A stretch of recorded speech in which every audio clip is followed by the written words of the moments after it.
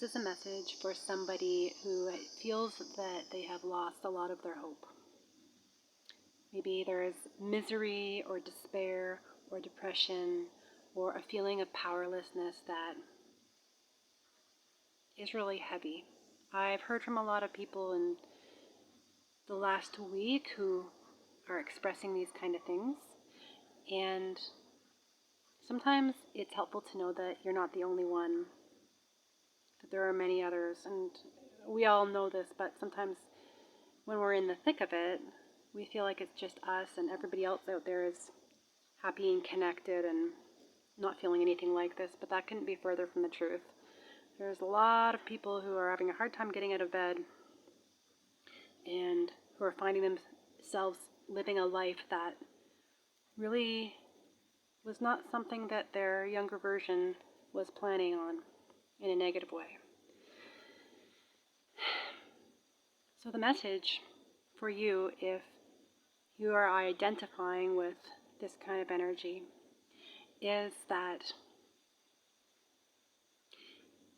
there is a lot of God's light shining on us, all the parts of us, during spiritual awakening. And sometimes we get blasted with large quotients of that light. And when we get a big blast, it can feel like there is a purging or a dying off, deep feelings of heaviness of some sort. And it can be really discouraging and really isolating. And what I was shown was that there are so many people who are doing things by the book. They're eating right, they're exercising, they're, showing up with compassion in their life, and yet this misery, this heavy misery. And often we have in our subconscious imprints from our ancestors, our grandparents, their parents, who had a lot of real misery going on in life. Lots of babies dying and adults dying at young ages and sheer survival and war and all these kinds of things. And these misery implants is what I was shown to call it. These misery implants got stamped on our bloodline from whenever, it doesn't really matter. And now, up until now, they weren't that noticeable. But with this light of God, for those who are on a spiritual awakening path, we are starting to peel back the layers that were hiding these imprints. And as they ooze out, as this despair and heaviness and misery oozes out, it's not an overnight thing. And it might not be coming from just us and our life. It might be something that has to do with our ancestors. It can even be physical for some people. And it can feel very isolating, especially if you're doing everything by the book. But I would say this is actually a sign that you are doing everything by the book. Because when we invite in the light of God, it shines a massive flashlight on all the parts. Even the parts of us that came from our ancestors that haven't been felt and dealt. And so in the same way that we can inherit certain types of illnesses or diseases or the propensity to get, certain problems with our body, the same way that we inherit those things, we inherit their imprints. And in that subconscious, it looked to me like mud puddles with some dead insects. And those mud puddles were like magnets attracting situations and people into our lives that would be self-fulfilling prophecies for these miserable mud puddles.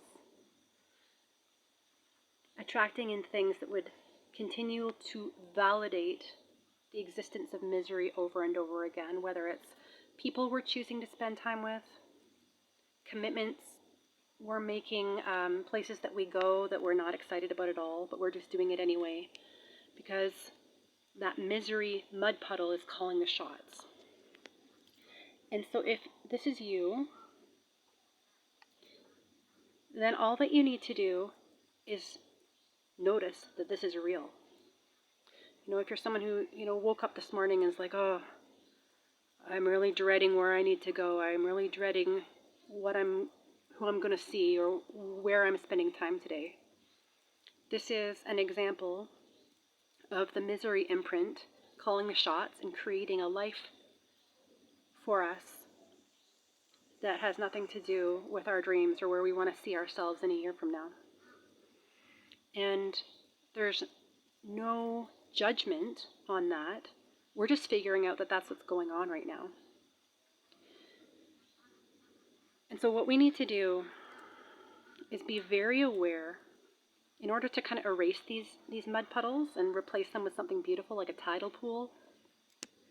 We need to be really aware of how they're showing up. So say when you get bad news or news that you weren't hoping to get, instead of immediately jumping into a loop of miserable thinking, saying, oh, that's interesting, but next time it's going to be something better. Something like this is never going to happen to me again. And instead of magnetizing things from a mud puddle with dead insects, imagine that you're magnetizing things to yourself instead from a clear tidal pool with beautiful sea creatures and shiny rocks. That's where we're going. Because a year from now, I don't want anyone who's watching this to wake up in the morning and be dreading where they're going, how they're going to be spending their day, who they're going to be seeing. There's no need of that. Sometimes we're just perpetuating old imprints, old energy imprints, year after year after year because we think we deserve misery, because that's all we're used to. That's all our ancestors were used to. And so, if you're in a despair mode on your spiritual awakening path, you're probably actually in a cleaning mode where your subconscious is getting a good scrub. And I want you to take heart because that's the only way through. That's the only way through this, is to put one foot in front of the other and take a look at what has been imprinted on us from our ancestors or even from our own early life. And to choose, to give ourselves permission to choose something beautiful, to choose from the energy of a beautiful tidal pool.